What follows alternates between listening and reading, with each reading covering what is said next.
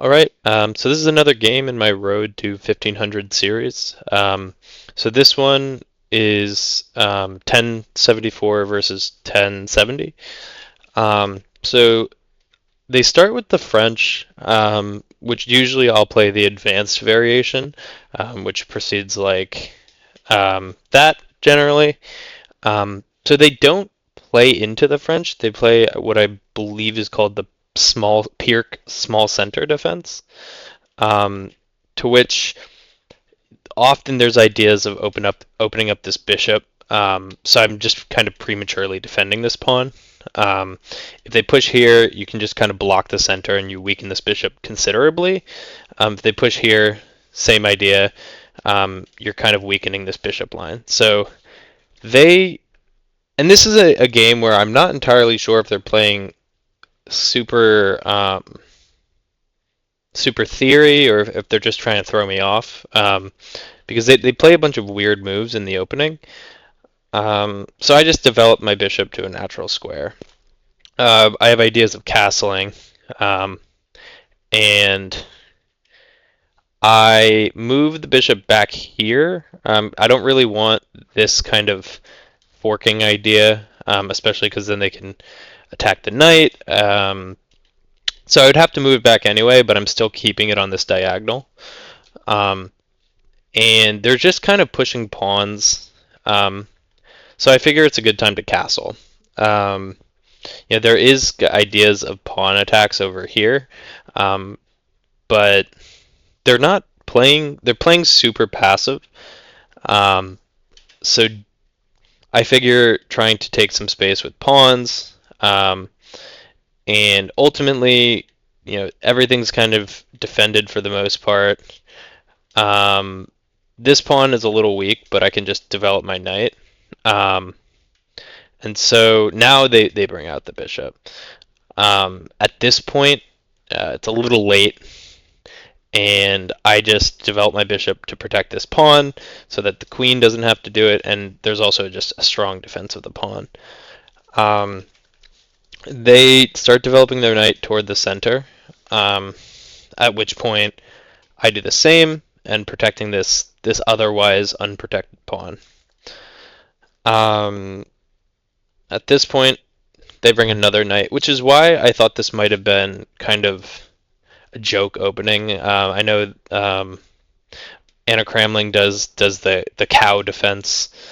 I wasn't sure if that's what this was or if there's some theory behind it, but I decide just to push my pawns forward, going for a pawn break. I do open up this, but then that opens up um, a diagonal, and they just close the center. So it's clear they're going for kind of very closed game here. I can't really push my pawns, but the only place I really have to play right now is kind of on my king side. Um, and so I start pushing the pawns on the king side. The idea with this move is, if they were to play something like this, there is threats of bringing and kind of pinning this knight, um, and ultimately I want to start pushing on this side. Um, so they just move their king. I don't know if that was supposed to be a castle, but um, I just push the pawn. This also prevents any ideas of this. It's double defended. Um, and this bishop is now pretty bad.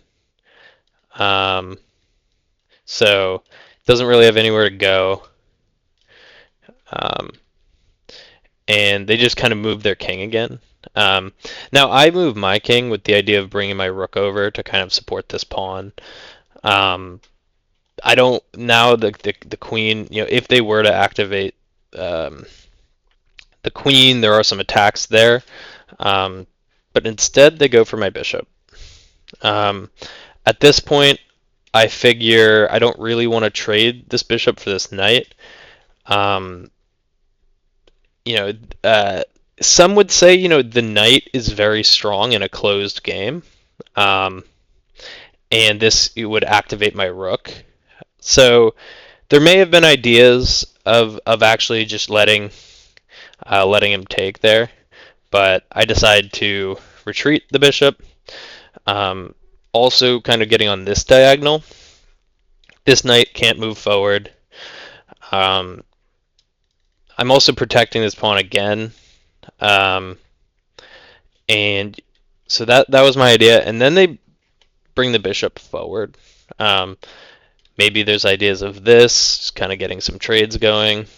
Um, and I just moved, this was my original plan. Kind of getting the rook on this file to push this pawn, open up the king. Meanwhile, my king is in a pretty good place. And this is kind of setting up something here. Um, you know, it would be like some type of sacrifice, maybe. Or if I were to play my cards, like if I move this, it would be a free pawn. And I just decided I don't like the idea of the queen coming here at any point. Um, and so I moved my king. Now they play this, which I kind of felt was a mistake because you're opening up this diagonal. And I just am able to kind of block things off. This pawn's defended, and my bishop is now pretty strong. It's especially staring at this square.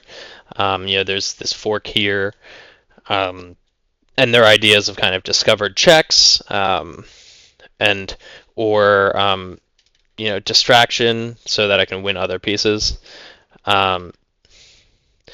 And it ends up just being a trade. This bishop is not hanging. There's nowhere really for this knight to move forward. And so I figure I just pin this bishop with ideas of kind of maybe adding pressure, or if this pawn goes away, I can go here. So I decide to trade this knight. I don't like the attack. I don't like this thought here of potentially moving forward. Also, this is under attack, and so this is under attack, and there are ideas there. So I believe this was the only way to get out of the trade and protect my knight without losing it. And then they unpin this bishop. So if they hadn't unpinned the bishop, there would have been ideas of something like putting my knight here. That's what I was looking at. But they just unpinned the bishop here. So I decided to protect this pawn since it's undefended. It could easily become a target. At which point they trade, and I defend this knight with check. And it's strong as well because I've got the rook, and then I've got and there's not a lot of places for this king to go here. And I prepare a discovered check here, just further pushing the king away from some of the other pieces. Maybe ideas of like a skewer attack on the queen, and now this can't take. If king can't take, rook can't take. There is this idea, but that's not really going to do much, and it would just be another discovered attack. So, maybe I would go here, threatening that. So there are a lot of ideas there, and so at this point they just resigned. And that was one of my games.